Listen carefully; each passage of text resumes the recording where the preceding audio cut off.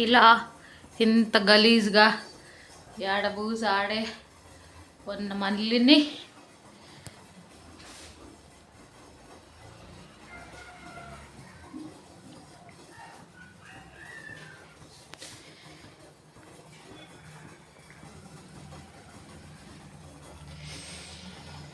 ఇలా ఎలా పడితే అలా ఉన్న మన ఇల్లుని చేంజ్ చేద్దామా మరి.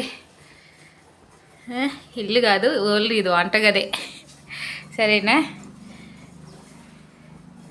ఎట్టబడితే అట్టుంది. చానాలు అవుతుంది చెత్త అంతా ఒక కాడుండి. చానాలు కాదులే కానీ ఒక 3-4 డేస్ నుంచి ఇలా ఉంది. ఎందుకంటే ఈ కిచెన్ మొత్తం క్లీన్ చేయాలని డిసైడ్ చేసుకున్నా, అందుకనే. ఓకేనా? క్లీన్ చేద్దామా మరి. చెత్త బాగానే ఉంది.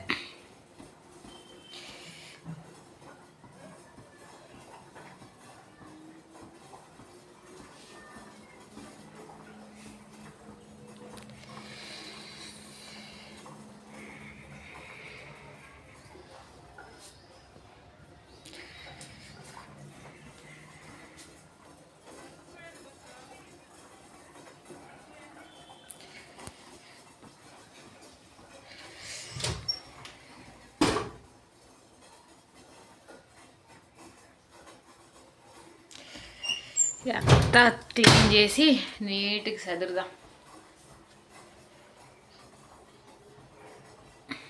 ఎట్లా పడితే అట్లా పడేసినాం కదా. పిల్లల ప్రభావం అనమాట అదంతా. అంతా క్లీన్ చేసి పెడదాం.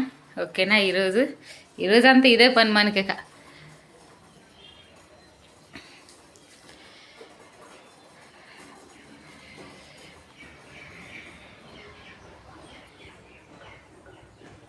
మనం క్లీన్ చేసిన ఇల్లు మనకిచ్చినాయి.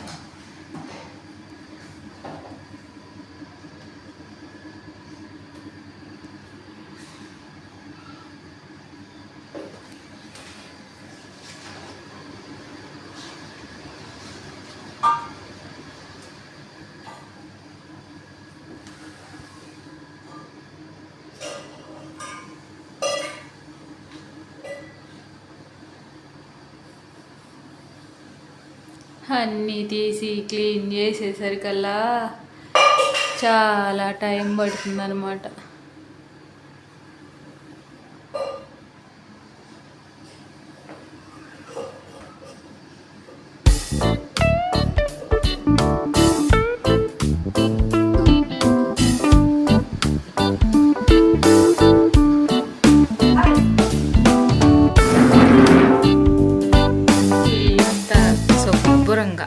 ఓన్లీ కిచెన్ వరకే క్లీన్ చేసి నీట్గా కడుక్కొని ఫ్రిడ్జ్ కూడా క్లీన్ చేసి పడేసిన. ఏం లేదు మన ఫ్రిడ్జ్లో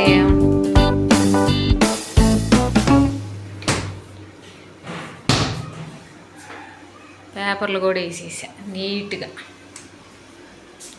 అన్నం తిన్నా.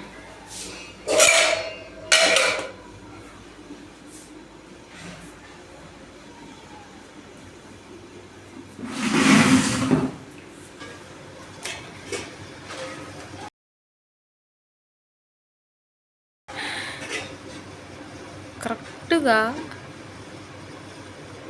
9:30 మొదలుపెట్టిన. ఓన్లీ గిన్నెలు కడగటం, ఈ కిచెన్ క్లీన్ చేయటం. ఇప్పుడు టైం ఎంత అవుతుంది తెలుసా? 3:30 అవుతుంది. 9:30కి మొదలైతే 3:30 అవుతుంది. ఓన్లీ క్లీనింగ్ ప్రాసెస్ ఇదంతా. ఇంకా ఈ ప్రాసెస్ ఉంది. ఇదంతా మన కోసం వెయిటింగ్. ఇదంతా మందే.